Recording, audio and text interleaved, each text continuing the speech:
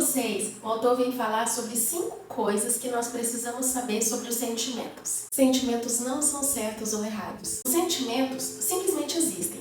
Eles não vêm da mente, eles vêm do coração. Então, se alguém vem falar mal da gente, nós vamos ficar magoados. O problema não está no sentimento em si, mas como lidamos com ele.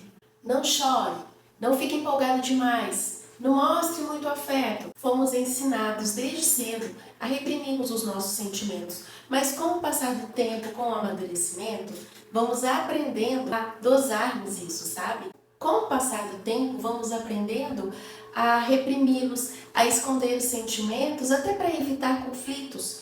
Porém, no casamento, reprimir certos sentimentos pode ser perigoso porque pode criar um distanciamento. E não é questão de reprimir os sentimentos, sabe? Mas é a questão mas o que o autor fala é sobre a gente não saber expressar esses sentimentos. Como a gente comunica os nossos sentimentos para o cônjuge? Não tem problema sentir raiva, porque isso faz parte da natureza humana.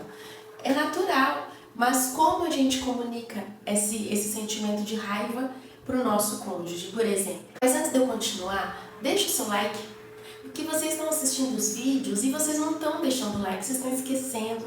Deixa lá um likezinho, compartilhe o vídeo para mais pessoas, para ter um alcance maior. E se você está vendo o vídeo e esqueceu de clicar no inscrever-se, se inscreva, isso vai nos ajudar a chegar em mais pessoas, tá bom? Você tem direito de expressar os seus sentimentos. Você já se viu numa situação que você tentou dizer o que você sentia e a outra pessoa passou por cima disso?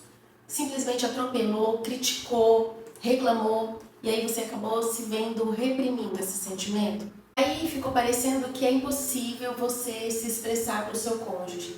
E aí o autor sugere que nessa situação, que infelizmente é comum, não deveria, mas ele sugere que seja escrita uma carta, sabe? Uma carta sincera, obviamente o mais gentil possível, porque senão ao invés de você melhorar e abrir a porta de uma comunicação eficaz, você vai bater essa porta com força.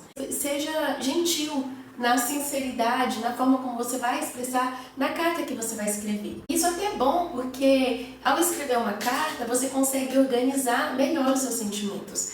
Você consegue ler, por mais que você esteja escrevendo ali no momento de que você está inspirado, que você está irado e tal, depois você vai ler, depois que acalmar os seus sentimentos, você vai ler, você vai conseguir organizar as ideias melhor e ver, não, é realmente isso que eu quero passar? Então é um bom exercício que o autor dá aqui como sugestão. Agora, se você é a pessoa que está do outro lado, você é a pessoa que passa por cima do seu cônjuge quando ele vem expressar os sentimentos, eu vou te falar uma coisa que o autor escreve: seja sensível ao sentimento do outro. Tem gente que tem dificuldade de se expressar, e aí quando ele ou ela consegue se expressar e falar e se abrir, aí você passa por cima, né? Agora, se você é a pessoa que tem a dificuldade de receber o que o outro tem para dizer, se você tem essa dificuldade, de repente você tem medo do que o outro vai dizer, por isso você nem abre a oportunidade, faça isso. Não precisa dizer nada, só ouça, né?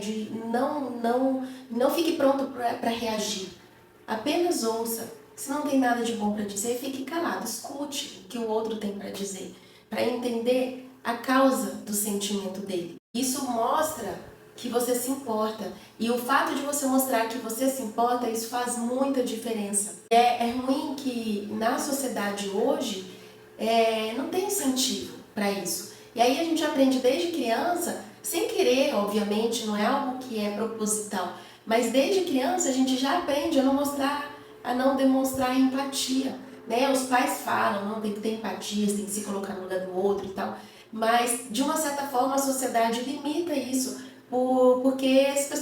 porque os relacionamentos são artificiais. Então, incentive o seu filho, já de criança, a ser sincero com os sentimentos dele, de forma honesta e sincera e aberta. Terceira lição que o autor vem nos trazer: nem sempre nós devemos agir de acordo com os sentimentos. Imagine se todo mundo agisse de acordo com o impulso dos seus sentimentos. Já pensou isso no trânsito? O mundo seria um caos. Onde você estaria agora, nesse momento, se você agisse por impulso? Se fosse permitido você agir de acordo com o seu sentimento, assim, e fosse até o auge, o clímax. O autor disse que às vezes agir por impulso pode ser apenas uma forma de manipulação. E ele fala que isso pode ser feito de duas formas. É a manipulação explosiva ou a silenciosa. A explosiva é a pessoa que impõe suas vontades com gritos, agressividade. E a outra é a que usa o silêncio, sabe? É a pessoa que usa o silêncio para, para de falar com o outro, para convencê-lo a fazer o que ele quer. É a pessoa que usa a tristeza para controlar o outro. Tem várias formas. O ser humano, ele é muito profundo, né? A nossa mente, a psicologia, assim, o ser humano é profundo demais. A Bíblia tem algo a dizer sobre isso. Em Efésios 4:26, ela nos aconselha sabiamente, maravilhosamente. Ela diz assim, não deixe o sol se pôr sobre a vossa ira. O que ela quer dizer com isso? Resolva os problemas antes que eles se acumulem. Quarto, nunca pergunte ao seu cônjuge, por que você está se sentindo assim? Essa palavra por quê pode ser um freio para o sentimento dele. Ele pode entender como se você estivesse culpando ele do sentimento. O autor sugere que ao invés de a gente perguntar por que você está se sentindo assim, ele sugere que a gente pergunte para o cônjuge como você está se sentindo. E quando você usa a palavra como você está se sentindo, você incentiva o outro a dizer mais sobre isso. E assim vocês podem abrir espaço para uma conversa muito significativa e muito reveladora. E aí ele até chama atenção para que a gente não transforme essa conversa em algum julgamento, porque na verdade o julgamento é sempre um superior que vai julgar a causa do outro, e no casamento nós somos dois iguais. Então o marido, a esposa, nenhum dos dois é superior ao outro. A gente sempre ouve falar assim, ninguém erra sozinho, né? Sempre tem dois lados da conversa, tem duas perspectivas, são dois iguais. Então ninguém está apto, nem o marido, nem a mulher, nenhum dos dois está apto a julgar o outro. Então é preciso que haja uma conversa profunda e significativa. E às vezes quando a gente aborda o como você está se sentindo, é aberto espaço para esse diálogo. 5. Os sentimentos aproximam, os julgamentos afastam. Tem muitos casais que misturam sentimentos com julgamento. E aí acabam culpando o outro pelas suas próprias emoções. Tipo assim, nossa, você me tira do sério, né? Ele não me tirou do sério, ele fez alguma coisa e eu tive essa reação, então é minha responsabilidade, sabe? Ou então tem aquela história assim, olha o que você me fez fazer, olha o que você me fez dizer. Isso aí é tirar a minha autorresponsabilidade e jogar a culpa no outro. O que eu falo, o que eu faço é minha palavra, é minha ação.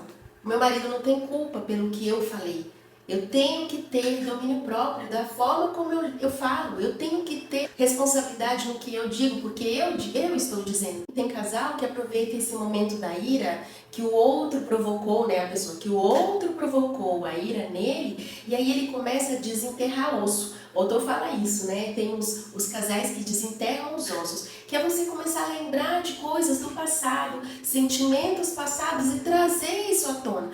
Como se você fosse superior, você jamais errou na vida, e aí você começa a trazer os erros que o outro cometeu no passado com você. Só que você esquece que você também já errou. Ô hipócrita, a Bíblia fala isso pra você, hipócrita. Tira a trave do seu olho antes de falar da trave do olho do seu irmão. Entendeu? Isso, é claro que a gente está trazendo isso para o conceito do casamento, só que isso é para a vida, isso é para todos os relacionamentos da vida. Olhe para frente, esquece o passado, porque se você olhar para o passado e trazer os erros do passado, o casamento de vocês também vai ficar no passado. Então esquece isso, já foi. Olha para frente, daqui para frente. Por último, o poder da confiança no casamento. Confiar no outro é você se abrir para o outro sem ter medo do julgamento. E aí o autor, ele fez uma comparação que eu achei muito bonita. Ele falou assim, pense nos sentimentos do outro como se fossem pedras preciosas. E ele disse assim, eu vou até ler, porque eu não quero perder nenhuma palavra do que ele falou, eu achei muito bonita a comparação. É como entregar ao cônjuge uma caixa cheia de pedras preciosas e dizer assim, eis aqui meus sentimentos. Vou compartilhá-los com você, porque sei que você cuidará deles. Não os jogue fora, não pise neles e nem os trate como lixo. Ou seja, tenha total consideração pelos meus sentimentos. quando a delícia dos seus olhos entrega o sentimento dele para você, esse tesouro, cuide desse presente com muito carinho. Que Deus abençoe o seu lar, que Deus abençoe o seu casamento, sua vida. Espero vocês no próximo vídeo na terça-feira e deixa o like.